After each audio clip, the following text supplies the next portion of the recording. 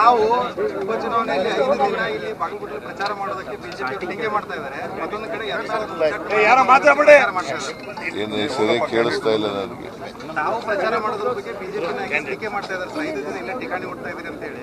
ಮತ್ತೊಂದು ಕಡೆ ಬಿಜೆಪಿ ಉಚ್ಚಾಟಿತರಾದವರನ್ನ ಕರ್ಕೊಂಡು ಚುನಾವಣೆ ಮಾಡುವಂತ ಪರಿಸ್ಥಿತಿ ಬಂದಿದೆ. ಬಿಜೆಪಿಯವರು ಸುಳ್ಳು ಹೇಳೋದ್ರಲ್ಲಿ ನಿಸೀಮರು.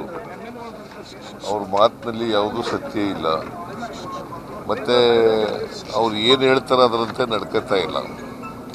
ಅದರಿಂದ ಬಿಜೆಪಿಯವ್ರ ಬಗ್ಗೆ ನಾನು ಹೆಚ್ಚು ರಿಯಾಕ್ಟ್ ಮಾಡಕ್ಕೆ ಹೋಗಲ್ಲ. ನಾವು ಈ ಕ್ಷೇತ್ರದಲ್ಲಿ ಅವರು ಸೋಲ್ತೀವಿ ಅಂತಕ್ಕಂಥ ಭಯದಿಂದ ಹಂಗೆಲ್ಲ ಬಾಯಿಗೆ ಬಂದಾಗೆಲ್ಲ ಮಾತಾಡ್ತಾರೆ ಅಷ್ಟೇ. ಸರ್, ಈಗ ಯತ್ನಾಳ್ ಅವ್ರನ್ನ ಉಚ್ಚಾಟನೆ ಮಾಡುವಂಥವ್ರು ಅಂಥವ್ರನ್ನೇ ಕರ್ಕೊಂಡ್ಬಂದು ಪ್ರಚಾರ ಮಾಡುವಂಥ ಅನಿವಾರ್ಯ ಪರಿಸ್ಥಿತಿಗೆ ಬಿಜೆಪಿ ಅವರು ಬಂದ್ರ ಅಂದರೆ ಅವರು ಸೋಲ್ತೀವಿ ಅಂತ ಗೊತ್ತಾದ ಮೇಲೆ ಅವ್ರು ಉಚ್ಚಾಟನೆ ಮಾಡಿದ್ದಾರೆ ಅಂಥವ್ರನ್ನೇ ಕರ್ಕೊಂಬತ್ತಿದ್ದಾರೆ. ಬಿಜೆಪಿಯವರು ಇದ್ದಾರಲ್ಲ, ಒಂದು ಕಡೆ ಉಚ್ಚಾಟನೆ ಮಾಡೋದು, ಇನ್ನೊಂದು ಕಡೆ ಅವ್ರ ಕಡೆನೇ ಕರ್ಕೊಂಬಂದು ಅವ್ರಿಗೆ ಗ್ವಾಗರೋದು, ಅವ್ರ ಕೈಲಿ ಪ್ರಚಾರ ಮಾಡಿಸೋದು. ಸೊ ಇದು ದ್ವಂದ್ವ ನೀತಿ ಅಲ್ವಾ ಸರ್? ಕೇಂದ್ರ ಸರ್ಕಾರ ಅಂತ ಹೀನಾಯ ಸ್ಥಿತಿಗೆ ಅಷ್ಟೊಂದು ಹೀನಾಯ ಸ್ಥಿತಿಗೆ ತಲುಪ್ತಾ ಅಂತ ಉಚ್ಚಾಟನೆ ಮಾಡೋದು, ಅವ್ರ ಬಗ್ಗೆ ಮಾತಾಡೋದು, ಮತ್ತೆ ಅವ್ರನ್ನೇ ಕರ್ಕೊಂಡು ಬಿಜೆಪಿ ಯಾವಾಗಲೂ ಹೀನಾಯ ಸ್ಥಿತಿಯಲ್ಲೇ ಕರ್ನಾಟಕದಲ್ಲಿ ಇರೋದು. ಸರ್, ಕೇಂದ್ರ ಲೋಕಸಭೆ ಸ್ಥಾನಗಳನ್ನು ಒಂದು ಹೆಚ್ಚಿಗೆ ಮಾಡಿ ಇದನ್ನ ಮಾಡ್ತಾ ಇದೆ ಸರ್. ಅದಕ್ಕೆ ರಾಜ್ಯಕ್ಕೆ ಏನು ಲಾಭ ಆಗ್ತಾ ಇದೆ? ನಾನು ಹೆಚ್ಚಿಗೆ ಮಾಡಬಾರ್ದು ಅಂತ ಹೇಳಲ್ಲ, ಜನಸಂಖ್ಯೆಗೆ ಅನುಗುಣವಾಗಿ ಮಾಡಬೇಕು. ಬಟ್ ಅದರಲ್ಲಿ ಮಲ್ತಾಯಿ ಧೋರಣೆ ಇರಬಾರ್ದು.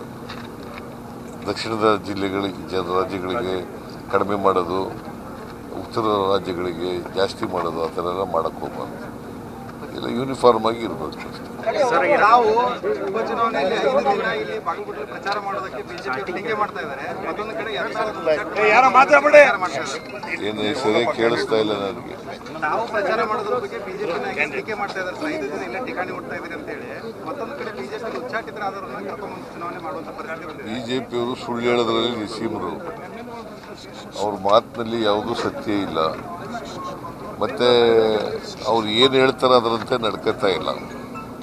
ಅದರಿಂದ ಬಿಜೆಪಿಯವ್ರ ಬಗ್ಗೆ ನಾನು ಹೆಚ್ಚು ರಿಯಾಕ್ಟ್ ಮಾಡಕ್ಕೆ ಹೋಗಲ್ಲ. ನಾವು ಈ ಕ್ಷೇತ್ರದಲ್ಲಿ ಅವರು ಸೋಲ್ತೀವಿ ಅಂತಕ್ಕಂಥ ಭಯದಿಂದ ಹಂಗೆಲ್ಲ ಬಾಯಿಗೆ ಬಂದಾಗೆಲ್ಲ ಮಾತಾಡ್ತಾರೆ ಅಷ್ಟೇ.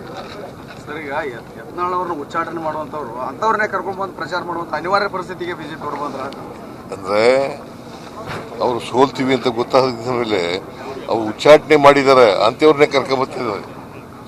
ಬಿಜೆಪಿಯವರು ಇದ್ದಾರಲ್ಲ, ಒಂದು ಕಡೆ ಉಚ್ಚಾಟನೆ ಮಾಡೋದು, ಇನ್ನೊಂದು ಕಡೆ ಅವ್ರ ಕಡೆನೇ ಕರ್ಕೊಂಬಂದು ಅವ್ರಿಗೆ ಗ್ವಾಗರೋದು, ಅವ್ರ ಕೈಲಿ ಪ್ರಚಾರ ಮಾಡಿಸೋದು.